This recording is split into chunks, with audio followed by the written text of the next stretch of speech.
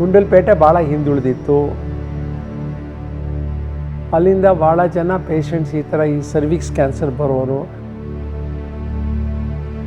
ಒಂದು ಸತಿ ನಾನು ವಿಸಿಟ್ ಮಾಡಿದಾಗ ನಿಜವಾಗ್ಲೂ ನಮ್ಮ ದೇಶ ಇರೋ ಥರ ಇದೆಯಾ, ಇದು ಯಾವುದೋ ಹಿಂದುಳಿದ ದೇಶ ಅಂದ್ಕೊಂಡ್ವಲ್ಲ. ನಾನು ಬಡವರನ್ನ ಸಾಹುಕಾರ ಮಾಡಬೇಕು ಅಂತ ಹೊರಟಿದ್ದೆ. ಸ್ವಸಹಾಯ ಸಂಘಗಳ ಬಗ್ಗೆ ಓದಿದ್ದೆ, ಭಾಳ ಡೀಪಾಗಿ ಸ್ಟಡಿ ಮಾಡಿದೆ. ಮೈಕ್ರೋ ಕ್ರೆಡಿಟ್ ಶುರು ಮಾಡಿ ಸುಮಾರು 5,000 6,000 ಮಾಡ್ತಾ ಇದ್ದದ್ದು ಜನ ತಿಂಗಳಿಗೆ ಇವಾಗ 15-20 ಸಾವಿರದ ಮೇಲೆ ಮಾಡ್ತಾ ಇದ್ದಾರೆ. ಇದನ್ನ ನೋಡಿ ನನಗೆ ಆಶ್ಚರ್ಯ ಆಯಿತು. ನಿಜವಾಗ್ಲೂ ಪ್ರಜೆಗಳಿಗೆ ದೇ ವಾಂಟ್ ಎ ಚೇಂಜ್. ಇವಾಗ ಒಂದು ಬಾವಿ ಇತ್ತಲ್ಲಿ, 2 ಬಾವಿ, ಒಂದು ಮೇಲ್ಗಡೆ ಬಾವಿ, ಒಂದು ಕೆಳಗಡೆ ಬಾವಿ.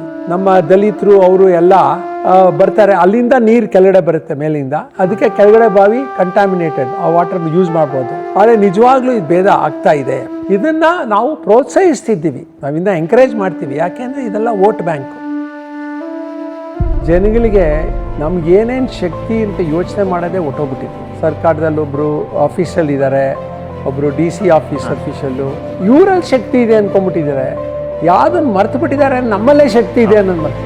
ಡಾಕ್ಟ್ರು ಗುಂಡ್ಲುಪೇಟೆಯವರ ಗುಂಡ್ಲುಪೇಟೆನೇ ಯಾಕೆ ಆಯ್ಕೆ ಮಾಡಿದ್ರು? ಸರ್ಕಾರ ಏನೇನು ಮಾಡಬೇಕಾಗಿದೆಯೋ ಜಾಬ್ನ ನಮ್ಮ ISDO ಮಾಡಿ ತೋರಿಸಿದೆ. ಖಂಡಿತ